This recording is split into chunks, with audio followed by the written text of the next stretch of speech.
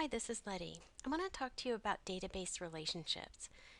Most students find this one of the trickier things to understand about Access, so we're going to talk about it early and we're going to talk about it often. And I think that's how your book presents it too. Even though in some ways the way tables relate to each other is an advanced topic, it really helps to be introduced to it very early on. The way to see relationships in a database, if some already exist, is to go to Database Tools and Relationships. And that gives you this window right here. I'm going to shut her down so you can see this better.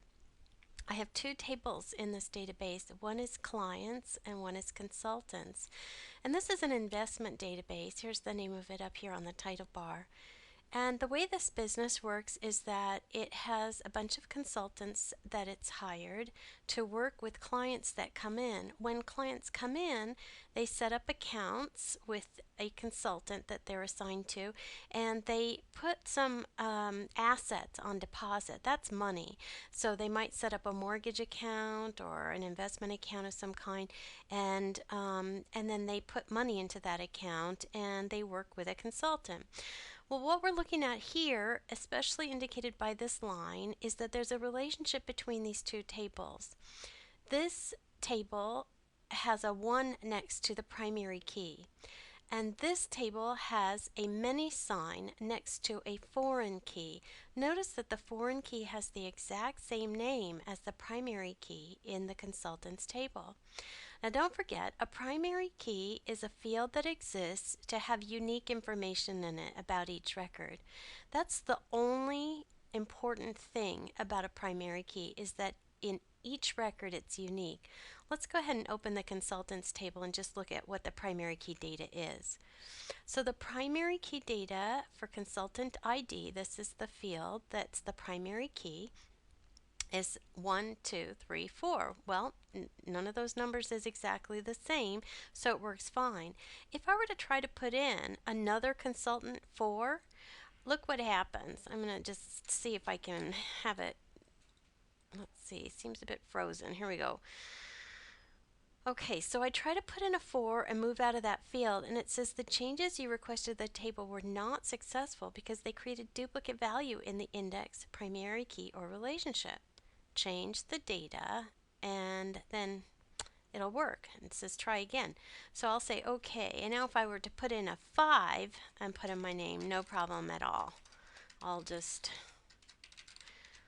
go that far. Okay, so I can easily put in another consultant as long as the primary key data is unique. If it's not unique, it won't be accepted.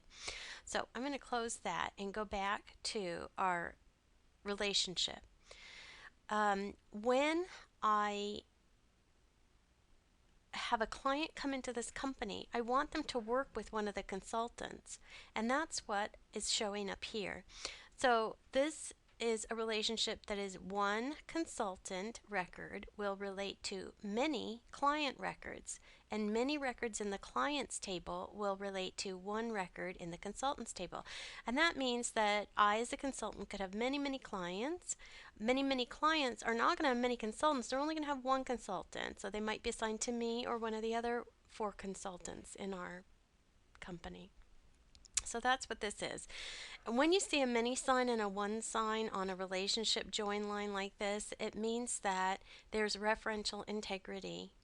Now, I'm not going to introduce what that is right this second, but we're going to be talking about that in the future.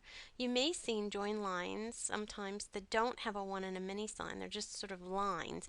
That means there is a connection, a relationship between the tables, but there's no referential integrity. Okay, so that's an introduction to relationships, and I just want to finish up by saying when you assign a client to a consultant, you actually are going to go to the foreign key that is going to say which consultant are they going to be working with. Now, in this case, can you see that nobody's working with consultant number 5, which is the one I just put in for myself? But I could change this person. Let's just go to the left here and see who this person is. Christopher Milgram. I'm going to say that Christopher Milgram is now assigned to consultant number 5. That's me.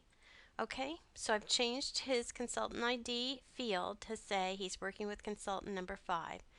I'm going to close this table, and when I open up the consultants table and I expand the subdata sheet plus sign next to my name, can you see that it's now showing Christopher Milgram as somebody that I'm working with?